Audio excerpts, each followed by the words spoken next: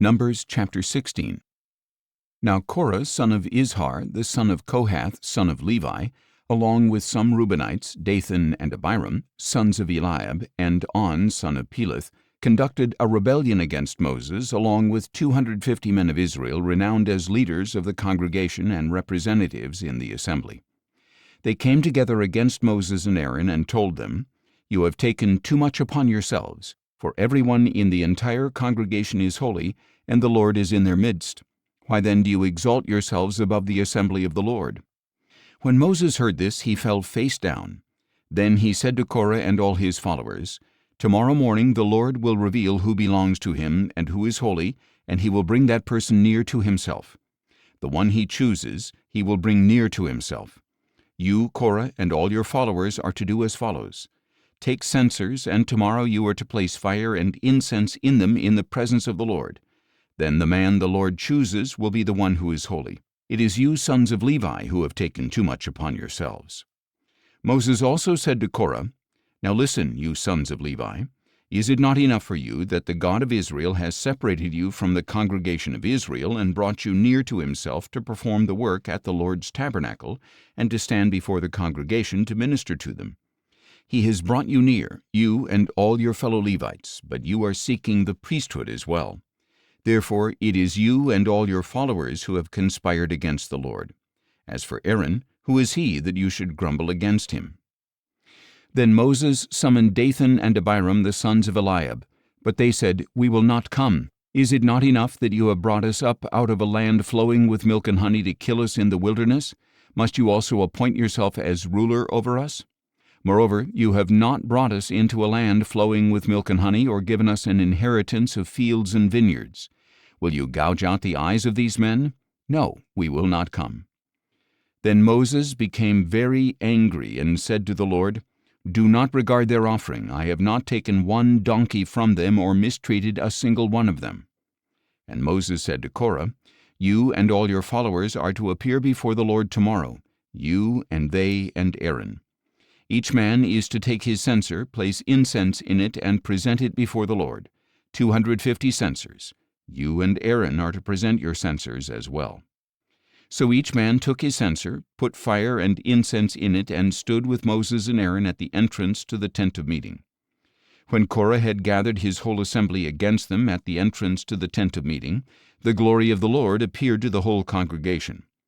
And the Lord said to Moses and Aaron, "Separate yourselves from this congregation, so that I may consume them in an instant."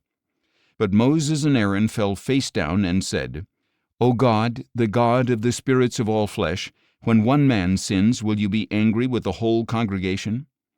Then the Lord said to Moses, "Tell the congregation to move away from the dwellings of Korah, Dathan, and Abiram."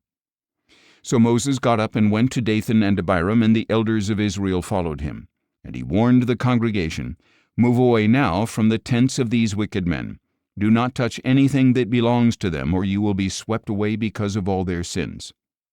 So they moved away from the dwellings of Korah, Dathan, and Abiram. Meanwhile Dathan and Abiram had come out and stood at the entrances to their tents with their wives and children and infants. Then Moses said, "This is how you will know that the Lord has sent me to do all these things, for it was not my own doing. If these men die a natural death, or if they suffer the fate of all men, then the Lord has not sent me. But if the Lord brings about something unprecedented, and the earth opens its mouth and swallows them and all that belongs to them, so that they go down alive into Sheol, then you will know that these men have treated the Lord with contempt." As soon as Moses had finished saying all this, the ground beneath them split open, and the earth opened its mouth and swallowed them and their households, all Korah's men and all their possessions. They went down alive into Sheol with all they owned. The earth closed over them, and they vanished from the assembly. At their cries, all the people of Israel who were around them fled, saying, "The earth may swallow us too." And fire came forth from the Lord and consumed the 250 men who were offering the incense. Then the Lord said to Moses, "Tell Eleazar son of Aaron the priest to remove the censers from the flames and to scatter the coals far away, because the censers are holy. As for the censers of those who sinned at the cost of their own lives, hammer them into sheets to overlay the altar, for these were presented before the Lord and so have become holy. They will serve as a sign to the Israelites." So Eleazar the priest took the bronze censers brought by those who had been burned up, and he had them hammered out to overlay the altar, just as the Lord commanded him through Moses. This was to be a reminder to the Israelites that no outsider who is not a descendant of Aaron should approach to offer incense before the Lord, lest he become like Korah and his followers. The next day the whole congregation of Israel grumbled against Moses and Aaron, saying, "You have killed the Lord's people." But when the congregation gathered against them, Moses and Aaron turned toward the tent of meeting, and suddenly the cloud covered it, and the glory of the Lord appeared. Then Moses and Aaron went to the front of the tent of meeting, and the Lord said to Moses, "Get away from this congregation, so that I may consume them in an instant." And Moses and Aaron fell face down.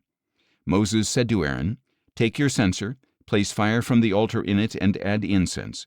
Go quickly to the congregation and make atonement for them, because wrath has come out from the Lord. The plague has begun." So Aaron took the censer as Moses had ordered, and ran into the midst of the assembly. And seeing that the plague had begun among the people, he offered the incense and made atonement for the people. He stood between the living and the dead, and the plague was halted. But those who died from the plague numbered 14,700, in addition to those who had died on account of Korah. Then Aaron returned to Moses at the entrance to the tent of meeting, since the plague had been halted.